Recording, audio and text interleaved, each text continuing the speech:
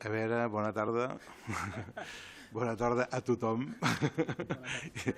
i a totes, a tots i totes. Es tracta de presentar el Fran Conde, que em va demanar que li presentés aquest llibre. Crec que és un llibre que és força interessant, perquè recull un moment i una època important de Roma. El que passa que quan m'ho va demanar, jo que soc d'història contemporània, li vaig dir, Fran, que jo com a d'història antiga la tinc molt rovellada. Però com a novel·la, jo crec que té... la tinc rovellada, però també he de dir que sempre he fet l'esforç de transmetre als meus alumnes, quan estàvem actiu, perquè ara estic jubilat, de transmetre als meus alumnes l'interès per la història amb la voluntat de que fos una visió del món transformador i d'experiència de vida. I en les meves lectures m'han quedat en el cap una sèrie de lectures de la infància i de la joventut que m'han marcat i tenien relació amb la història de Roma. Per exemple, Idro Montanelli, la història de Roma d'Idro Montanelli, que segurament més d'un ha llegit, la vaig llegir de nen, i em va impressionar moltíssim per ser molt escuet, molt didàctic, molt directe, i que explicava tot un món fascinant. O, per exemple, una novel·la que em va impressionar moltíssim és Spartak, que després en van fer una pel·lícula, el Kubrick, una novel·la de Howard Hawks, que era un home que va participar en les brigades internacionals aquí a Espanya, en la Guerra Civil, i que va ser un home que va rebre molta repressió a l'època del macartisme, però va escriure una novel·la fantàstica en la que explica l'explotació dels esclaus i que explica la brutalitat del sistema esclavista, que en definitiva era el sistema de Roma. I aquest llibre a mi em va ajudar molt, perquè el vaig llegir molt jovenet, em va ajudar molt a prendre consciència de classe, per entendre'ns, a prendre consciència de què era la injustícia, que la vas vivint en la vida en petites coses, però a vegades quan te les expliquen amb un contingut, amb un relat que va més enllà del que és estrictament la història, doncs t'impacta molt. També, ja més endavant, quan estudiava història, recordaré sempre un clàssic, un llibre que és un totxo, però que és el que realment va fer una classificació seriosa de la història de Roma, que és Kovalyov. I després també em sembla que és interessant recordar una obra que és de l'època, com són la vida dels Cèsars, de Suetoni, que explica d'alguna forma la brutalitat d'aquells, la brutalitat i la manera de fer absolutament despòtica que tenien aquells Cèsars, aquells emperadors. Tots recordem una novel·la que també, i tot això ho dic per reforçar la idea de la novel·la, tots recordem una novel·la que l'anem a veure també en televisió, amb una sèrie que es deia Jo Claudi, del Robert Graves, que realment d'alguna forma ens situa en aquesta... Per tant, totes aquestes coses, i ara està supermoda el Postiguillo, que ha fet 2 llibres sobre la Júlia, i en té diversos. No, ja ho sé. I diversos llibres sobre els Cèsars, etc. Dit això, recordar que el Frank és un home que, malgrat que professionalment no s'ha pogut dedicar a la història, doncs ha estudiat, és graduat en Història Antiga i en arqueologia, i s'ha especialitzat en temes de Síria, del món antic, en definitiva, sense oblidar, però especialment també lligat en el tema de la lectura bíblica. Jo crec que això també és un tema interessant, la interpretació de la Bíblia i la història són temes interessants a tenir en compte, i va fer 2 assajos que a mi, quan me'ls vaig llegir, em van interessar molt. Un era el... Perdona, a veure, t'ho tinc això. Com es diu? Sí, les colines assíries, que em va semblar molt interessant perquè desconeixia tot aquest món. Així és com Roma és un referent més directe, entre altres coses, perquè parlem en romà de manera moderna, no? Doncs, o parlem en llatí de manera moderna, doncs d'aquest món dels assiris coneixia 4 anècdotes vinculades a la Bíblia, moltes d'elles, i també coneixia 4 coses que havia estudiat a història, però per empullar-m'ho per anar als exàmens, vull dir que no gaire més. I em va semblar molt, molt, molt interessant. També ha fet una sèrie de novel·les o de llibres d'assaig sobre les... no sé, això ho per aquí no em duti. Sobre... Un traspaperat, això no. Sí. Bueno, en fi. Els tinc aquí, els 4 llibres que he fet. Exacte. Les colines assíries... Sí. És veritat. He fet 2 assajos, com havia dit, el de les colines assíries, que és referent a això, no? La història de l'imperi assiri, que és un imperi que molta gent no ho sap, però evidentment va durar més de 1.000 anys. Déu-n'hi-do també. El que passa és que és veritat que no s'estudia de vegades molt profundament, però va marcar, va ser la primera potència mundial i molt lligada també amb la Bíblia, perquè la Bíblia sí que la pots llegir com un llibre històric d'arqueologia o de mitologia, però fora de la religió, però és un llibre interessant i que diu moltes coses que són exactes històricament. Llavors m'interessava aquest tema perquè està molt lligat, i l'altre assaig va ser de romans també, perquè, com tu dius, tenim la romanitat molt a sobre nostra i la tenim molt a prop en molts temes. A mi m'interessa aquest tema de les pintures eròtiques, unes termes de Pompeia, que es van descobrir als anys 80, o sigui, fa poc, relativament, per a l'arqueologia, i la seva interpretació i un petit estudi, no és un estudi molt gran, però em va interessar. I l'altre sí que és una novel·la històrica, però també sobre el tema del que jo soc una mica, dels assiris també, però novel·lat també, i ja era una època concreta, perquè m'interessava també la funció de la Bíblia, com pensava també com podien pensar els jueus no religiosos. Vull dir, els reis, sí que és veritat que un té la imatge que tothom d'Israel era Javé i governava, però hi havia més coses. I està demostrat que els israelites tenien una economia, tenien una política exterior, vull dir que no solament era un estat religiós. Això es pot demostrar i m'interessava també un personatge fora de la religió israelita i involucrar-lo en el context assiri, concretament en l'època més gloriosa d'Assiri, el que va ser la primera potència mundial als segles 9, 8 i 7 abans de Crist. I per últim la Divina Júlia, que són una novel·la, unes memòries novel·lades, és el que es tracta. Jo sé que tu has preparat un PowerPoint, com una mica per explicar-nos el context i tal. Em sembla que serà molt interessant que ho veiem, però jo et demanaria un parell o 3 de coses que m'han cridat l'atenció de la novel·la. A veure, primer, que expliquessis, suposo que en el mateix Power d'alguna manera ho trauràs, el perquè d'aquesta novel·la. Què t'ha mogut per fer aquesta novel·la?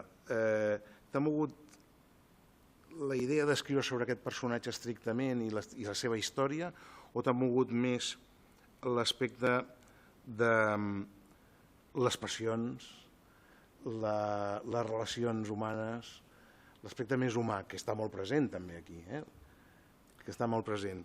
Això és una qüestió. L'altra, el Claudio Manilo aquest, que és una mica el que fa el paper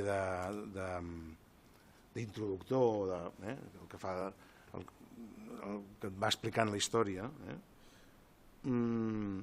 Per què l'esculls com a relator? És un personatge ficcionat? És un personatge real? Si és ficcionat, en qui s'inspira aquesta idea? I, en definitiva, quines motivacions et mouen. Després fer-te un comentari. M'ha agradat molt en la novel·la que hagis aterrat, i això crec que hagis aterrat al final, en el territori, perquè parles de dues qüestions que estan aquí a Catalunya i a la zona nostra, una el pont de Martorell, el pont de Rubricatus, i l'altra fa referència al temple de Venus de Barcelona, d'August, perdó, el temple d'August de Barcelona, que és el que està en el SEC, allà en el centre excursionista, sí. A mi m'ha semblat que està bé, perquè d'això, a vegades quan llegim, aterrant el nostre paisatge o en la nostra realitat ens ajuda més a acostar-nos-hi. Bé, no volia fer cap més comentari, t'ho explica això, i si dona per fer algun comentari més o vosaltres teniu alguna cosa a dir, doncs estem per això. Sí, com molt bé has dit, Carles, de vegades jo soc de formació com vosaltres, de formació, soc historiador també de formació, però m'interessava novel·lar aquesta perquè, com tu dius, de vegades vols expressar passions humanes, però en comptes de fer una novel·la contemporània, una novel·la romàntica o de sentiments, m'interessava fer-la d'un personatge històric. Llavors diguem-ne que vaig buscar un personatge que més o menys pogués personificar el que jo volia expressar, el que jo podia sentir que aquesta dona va sentir en la seva vida, perquè quan llegeixes la seva biografia, Suetonio parla una mica, són 4 frases, el que no hi ha biografies d'aquesta dona, sinó simplement 4 dates de 4 historiadors, després Macrobio, però al segle III, o sigui, ja feia 300 anys que va morir, és el que més parla del que ens ha arribat. Llavors no hi ha massa coses com fer una biografia, vull dir que no hi ha biografies de l'època. I biografia històrica, d'assaig històric, sí que hi ha una escriptora anglesa que als anys 70-80 va fer una biografia que jo no l'he llegit, perquè com no volia fer tampoc una biografia estrictament un assaig, amb el que vaig buscar d'altres coses ja em va bé. I a més, és veritat que volia fer sobre aquesta dona, però o tenia jo les idees sobre aquest personatge. En canvi, però la idea de l'origen d'aquesta novel·la va ser aquest, el que veieu en aquesta imatge, que suposo que la reconegueu bé, que és la famosa estrella de Belén i una escultura d'Octavio Augusto. Per què? Jo, quan vaig estudiar història, vaig fer diversos treballs sobre Augusto, el poder de la seva imatge, com ell va començar una mica la seva reproducció en tantes estàtues, en la numismàtica, en els seus panegíricos, com el seu poder ho va establir mitjançant la imatge. Vull dir que Augustus ja era per mi un personatge que jo vaig estudiar molt. I per la meva educació, diguem-ne així, religiosa que he tingut, això ho reconeixeu que és l'estrella de Belén. Evidentment, va passar a la mateixa època i aquesta contemporaneïtat sempre m'ha produït una mica de curiositat, diguem-ne que és curiositat. Fins a aquest punt un va influir en un altre. Vull dir, són dos personatges, si ho penseu bé, jo que soc d'història antiga, penso que Octavio Augusto és un dels personatges més influents, sobretot en la història d'Europa, de les seves institucions, de la manera de governar, els governaments. perquè ell va començar l'imperi romà, dels que són fills, i també som fills del que va passar amb l'estrella de Belén, l'estel de Belén, que, com sabem, és el començament del cristianisme, de Jesucrist. I sí que és veritat que va haver diverses aparicions a l'època entre l'any 10 i 5 abans de Crist, sí que va haver diverses aparicions de constel·lacions que estan documentades tant a Roma com a Babilònia, inclús a Xina. I August era un personatge que li agradava molt l'astrologia. Inclús diuen que va escriure un llibre, perdut, però era un personatge que li interessava molt l'astronomia i l'astrologia. Per què explico tot això? Perquè amb això, amb aquesta curiositat, jo em vaig ficar i vaig començar a escriure què passaria si August, d'alguna manera, aquesta estrella l'hagués relacionat amb Judea, que ja era un territori romà, i aquestes coses van ser el començament, diguem-ne, de jo interessar-me en fer un relat. Però, clar, després tenia l'altra qüestió que em parlant de com descriure els sentiments o les passions o les relacions humanes d'una persona. I sobre August, com tenim ja Jo Claudio, per exemple, i moltes altres novel·les, que aquestes sí que les he llegit, unes quantes, per documentar-me, tampoc explicar sobre la vida d'August no era el tema. I fer una novel·la només d'això, tampoc. Llavors, per casualitat, vull dir, quasi per casualitat, vaig trobar la seva filla. I em va interessar des del principi perquè és un personatge històric molt d'una història tràgica total. Aquesta imatge que veieu és l'única que està atribuïda a Júlia.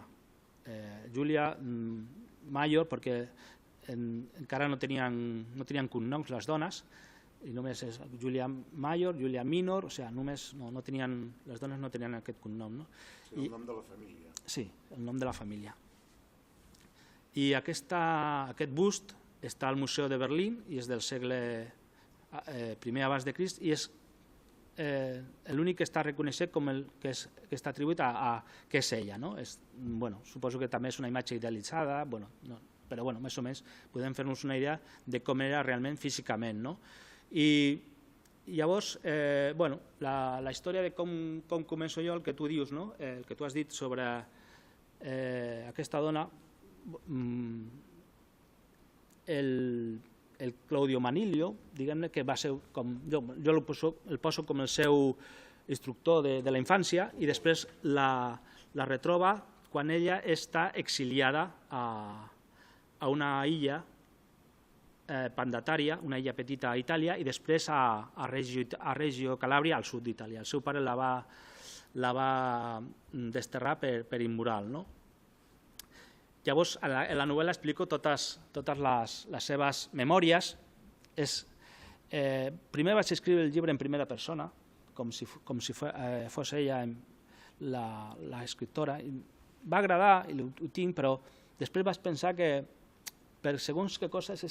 Aquí ja entrem, que vosaltres podeu saber quan escriviu, si primera persona, tercera persona, totes les seves avantatges i les seves desavantatges. Llavors vaig introduir un personatge que sí que és veritat, Claudio Manilio va ser un escriptor del primer segle, però no hi ha cap obra d'ella. Tu busques a internet i sí que hi ha un escriptor, però no tenim cap obra, cap obra que hagi arribat. Però va existir aquest personatge. I llavors vaig canviar tota la novel·la a tercera persona, encara que hi ha algunes coses que són, perquè quan tu descrius sentiments, sí que és veritat que la primera persona et serveix per això. I això és el motiu perquè vaig introduir aquest personatge una mica després. Perquè llavors el Claudio Manilio es retroba amb la Júlia i ja quan ella té 37 anys, porta 7 anys desterrada i vol escriure la seva vida. Llavors ella retorna a recordar els episodis del seu passat, perquè sí que és veritat que de la Júlia sabem molt per la història del seu pare. Vull dir, sabem quan va néixer i el seu pare el va casar 3 vegades amb 3 futurs emperadors o que podrien haver sigut emperadors. Marcelo, que era el fill de la seva germana, Octàvia, amb el seu general, Agripa, el segon marit, que era el general amic d'August, que van tenir 5 fills, i encara que ell el portés 20 anys, però després es va morir, i el van casar amb Tiberi, que aquest sí que va ser emperador, però es va divorciar perquè aquell matrimoni era de conveniència, i es va divorciar, i molts anys després, quan Octavi va morir, Tiberi va ser el segon emperador de la dinastia Júlia Clàudia. I quan es va divorciar de Tiberi, la seva vida va ser immoral. Immoral segons els cànons romans, que un diu, però els romans ja no vivien ja una vida immoral. Bueno, depèn com. Per exemple, hi havia coses que no estaven permeses. Sí que és curiós, no? Perquè un diu, no, allà la immoralitat no tenia sentit. Això ha sigut les lleis judeocristianes que ens han imbuït el que és pecat i el que és immoral. Però no era tan així. Per exemple, l'adulteri entre persones de la mateixa condició, classe social, i això ja seria una mica el que tu dius, això d'Espartac, les classes socials. Per exemple, l'adulteri entre la mateixa classe social estava castigat amb mort. I això és el que va fer Júlia, amb un patrici que estava casat també, amb l'únic fill que li quedava de Marco Antonio, un tal Julio Antonio. I per això la van desterrar i no la van condenar a mort. Llavors, la immoralitat era entre esclaus. Entre esclaus, el sistema esclavista ja sabem què era. Els esclaus no solament eren per treballar o per fer feina domèstica, sinó que eren objectes sexuals, evidentment, i no tenien cap problema ni cap mal de consciència els romans per fer d'objectes socials, normalment els homes, evidentment, i les dones, algunes també, no passava res, no? Instrumentum vocale, no? Sí, totalment, no era... Però bueno, això és com era la societat, vull dir... El que crida l'atenció és que Tiberi, precisament, el Tiberi, precisament, si llegeixes el Suetoni, veus que la seva moralitat, o el que nosaltres entenem per moralitat, però bueno, l'abús d'infants, tot això era el... Cap problema, no tenien cap problema ni cap... Era una cosa... En canvi, Suetoni, el que passa és que Suetoni ja escriu 7 anys després. Ja comença una altra moralitat, per això ho condena. Però ja està escrit després, 7 anys després. No, i critica el sistema. Sí, critica el sistema i ja té una moralitat una mica estoica. Els estoiques ja és... Bueno, ja són temes filosòfics, però sí que tenien ja més moralitat, entre comilles, no? Els estoics. Però en la seva època no tenien cap problema. Ho dic que era el marit, no? Exacte, sí. Ningú el criticava, no? No, per res. Llavors, com dic, jo introdueixo aquest personatge, Claudio Manilio, perquè interessava que ell escrivés i que escrigués més enllà de Júlia, no? Perquè és un personatge que al final la seva vida sí que em sembla molt interessant, perquè ella va teixir tota la política romana, com era d'important pel seu pare que la seva única filla es casés amb gent molt important i que sobretot tingués fills, i ella ho va fer. A vegades potser que sí que Octavi Augusto sembla com un pare autoritatiu amb Lívia, que aquí, si recordeu la pel·lícula o el llibre de Io Claudio, el personatge de Lívia està totalment un personatge tenebrós, sempre conspirador total, enveninador de gent que no interessava només perquè els seus fills, perquè recordem que Tiberi no era fill d'August, era d'un altre matrimoni anterior, no? De fet, es van casar, eren germanastres, però no tenien cap importància, no? Això que dic, les imatges d'Octavi Augusto són a tot arreu per tot l'imperi, i perquè va ser un personatge, jo crec que tant com militar com religiós, com Pontífex Maximus, que realment va implicar molta importància a la història. La història és al primer segle, quan l'imperi romà ja dominava tot el que és les costes mediterrànies, i ja estava en la seva apogeu, llavors és quan va néixer Júlia i quan es va desenvolupar la seva vida. I aquesta família, la dinastia Júlia Clàudia, és la que va, diguem-ne, aquí si veieu és una mica complicat perquè es van casar són dues famílies, veritablement, són la família Júlia i la família Clàudia, que la família Clàudia és la de Lívia, però sí que per això es diu dinastia, perquè després al final A veure, si això... Bueno, a veure... Des de... Bueno, això és el pare d'Octavi i va tenir August. Es va casar amb Lívia, amb la primera dona va tenir la que diguem-ne la nostra protagonista, que és Júlia la Major. Ella, en primer terme, es va casar amb Marcelo. Bueno, això ho explico a la segona. El que volia dir és que els que estan de groc són els emperadors romans d'aquesta dinastia.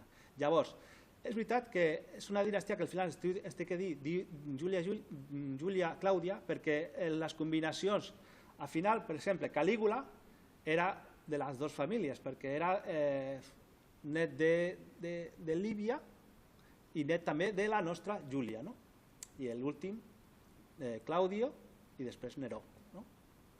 És una mica enrevessat perquè no... Però bueno, està ben explicat. Hi ha personatges que no es poden... Molts personatges, no? En la novel·la he tractat de fer-lo el més comprensible. Aquest és un que he fet jo, dels personatges i de la seva imatge, la nostra protagonista, que és Júlia, filla d'Octavi August, i es va casar en primer terme amb Marcelo, que era el seu cosí. Es va morir molt jove, ell tenia 24 anys i ella 20, i el seu pare el va casar amb el seu general, el seu amic, el seu company de les guerres, una mica després de la conquesta d'Egipte, amb Agripa. I amb ell va tenir 5 fills, Cayo, Julia Minor o Julia II, Lucio, Agripina i Agripa Pòstumo, es diu Pòstumo perquè va néixer després de morir Agripa. Però sembla que el seu pare no va tenir prou, o es va morir, i als 5 anys es va casar amb Tiberi, que ja estava casat, però els divorcis i els casaments es feien, era un contracte només. En aquesta classe es va casar Tiberi, que van tenir un fill, però va morir als 3 mesos, i llavors el matrimoni es va acabar, i Júlia ja després va tornar a una altra vida. I a tota aquesta història, per què dic tot això? És una mica enrevessat, perquè jo sí que els he humanitzat, evidentment, a la novel·la. Parlo de com pensaven, del que jo penso que pensaven per la informació que he rebut i de la manera que ho he fet, intentant fer com actuaven les seves actuacions. Per exemple, Tiberi no es pot dir que fos un personatge totalment decadent, sinó que va ser un general molt hàbil, un polític, i històricament sí que és un governant positiu. Les seves depravacions ni siquiera estan demostrades, potser que fan ser un invent, perquè no se sap, perquè després les coses s'escriuen, si un vol a un personatge perjudicar-lo, pot inventar moltes coses, i ho demostra després. Això és tot. Estos són els personatges familiars que surten a la novel·la, a les memòries. Després surten personatges que no són família estrictament. Aquest Julio Antonio, que va ser el seu amant durant bastant temps. Després també, amb el seu marit, l'any 10, va fer un viatge a Israel, a Jerusalem, i va conèixer a Herodes el Grande. I jo, potser si va veure aquella estrella de Belén o no, perquè per l'època podia ser. Llavors, jo hi fico una mica que sí que va ser, i va conèixer que com pensava Herodes, com podia pensar, perquè un personatge no era ben bé jueu, no era jueu, era d'un altre, era Asmodeo, que era més bé de la part que avui dia seria sud de Síria o Jordània. Llavors, era un personatge que no... era més grec, o pensava més com un grec que com un jueu. Altres personatges que hi ha a la novel·la o a les memòries que el van conèixer, el poeta Ovidio, aquest Arminio, que va ser un bàrbar germà, Quintopedio, que aquest era inclús era familiar, que va ser un pintor que va pintar, jo el poso que va pintar la seva villa, perquè m'interessava també explicar algunes coses. I el que passa és que al final cada capítol està dedicat a un personatge. Per què ho he fet d'aquesta manera? Perquè de vegades la vida, com són etapes, coneixem persones que influencien durant una etapa de la nostra vida i després deixen, i després una altra. una mica a Júlia li va passar això, sí que és veritat que el seu pare està omnipresent en tota la seva vida, però després a la vida se li van presentar marits, amics, personatges, amants, i m'interessava fer aquesta segmentació per una mica estudiar els personatges i fer un anàlisi de com eren. Està fet així, de com a la seva vida van apareixent persones que li van influir i li van fer com ella, perquè a Roma ja sabem com vivien amb la classe social alta, amb esclaus, que era es van, com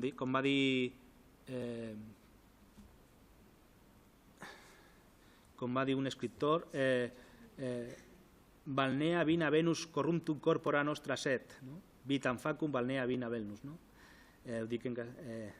Baños y vinos y Venus corrompen nuestros cuerpos, pero los baños, vinos y Venus nos dan la vida. Es una frase que ha pasado a la historia como paradigma de lo que significó el Imperio Romano para las personas de la clase alta.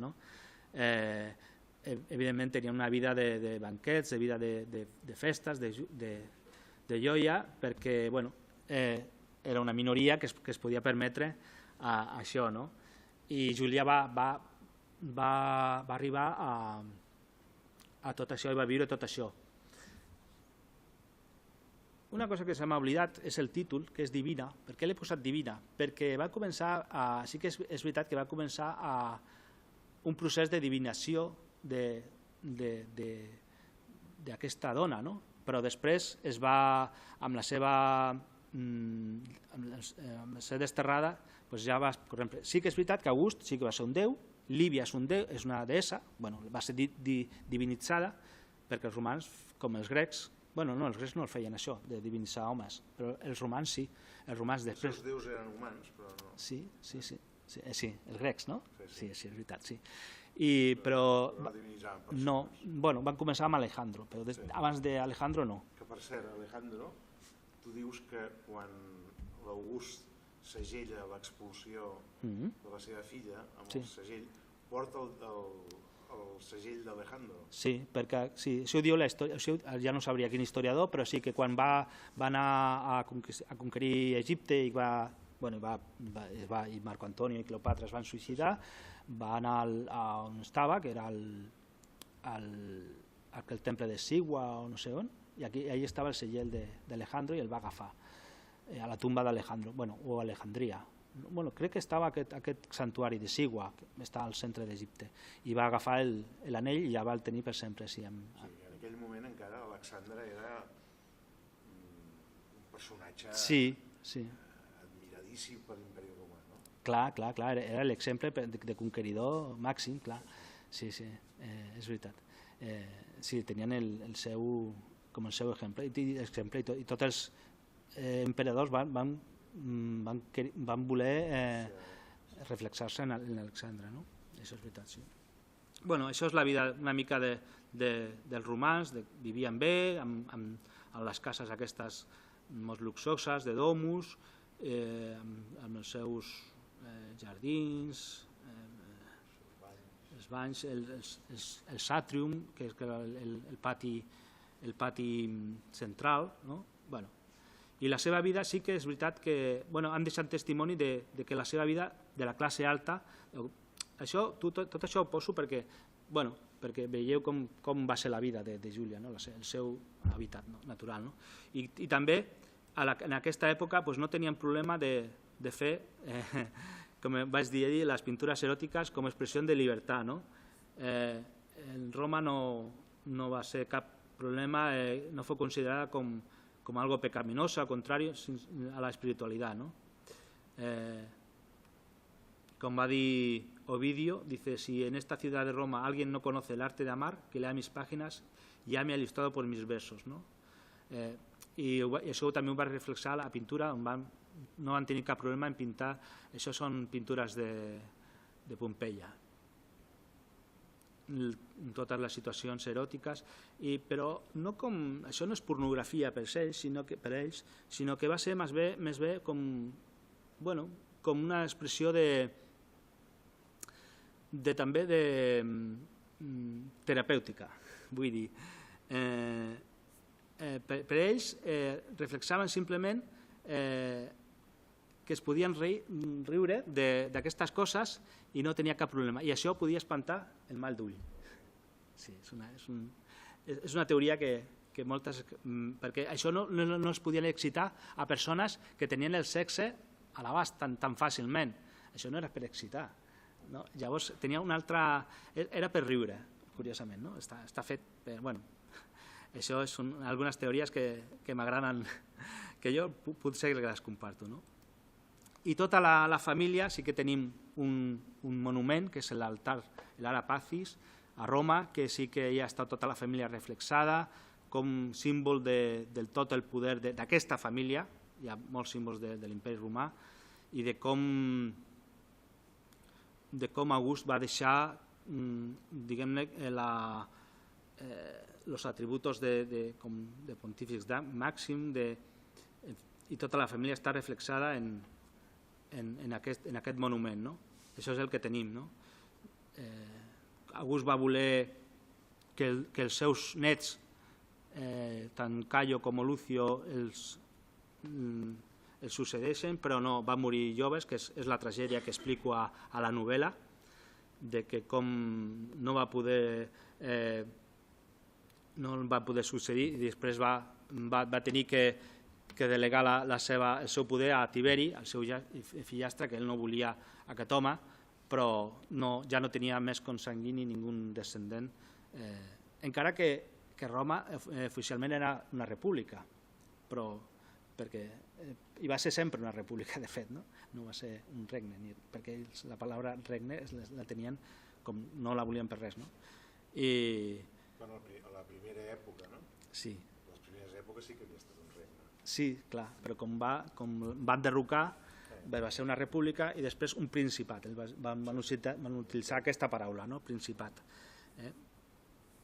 I aquesta és la història una mica d'aquesta dona que, això que anava a dir, està documentada tota la seva vida fins als 39 anys i després ja hi ha diguem-ne, no hi ha res de què va passar amb ella. Sí que és veritat que va morir el mateix any que el seu pare i el seu últim fill, van morir els tres l'any 14 després de Crist, el mateix any, però primer va morir el seu pare, ella es va esdeventar de la mort del seu pare, però com va dir...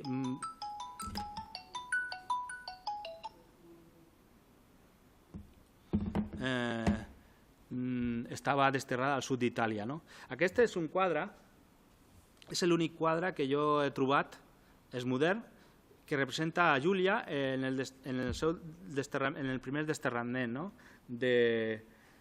Ella va ser desterrada primer a una petita illa que es diu Pandataria, que està a prop al mig de la península itàlica, i després a Reggio d'Itàlia. Aquí hi ha un pintor del segle passat que va reflexar la seva tristor d'aquesta Júlia desterrada. I no és una dona que ha sigut mai, no ha sigut representada. I m'ha cridat l'atenció, si ho veieu, és un tal Pablo Smedonsky, al 1876. I aquest quadre, suposadament, esperem que encara sigui allà, al Museu Nacional d'Arte de Kiev, en Ucrània. Suposo que estarà allà encara, no estarà destruït o estarà guardat. Xoca per què? Per què xoca que... És un cant a l'exili. Sí, és un cant. És una referència a l'exili, perquè li diu Julian a l'exilio, no? Sí, aquest quadre es diu Julian en l'exilio. Jo crec que fa una referència a l'exili. Va estar en l'exili els últims 15 anys de la seva vida. I llavors busca aquest història. Sí, la seva... Bueno, està... Romanticisme. Sí. És pictòric. I aquesta és la història d'aquesta dona, que he volgut tenir un testimoni de que hi ha alguna cosa de la seva història que m'ha semblat molt... A mi m'ha agradat molt. Com tots els personatges de la història, de vegades sí que tenen la seva història bonica, però jo he volgut sobre aquesta.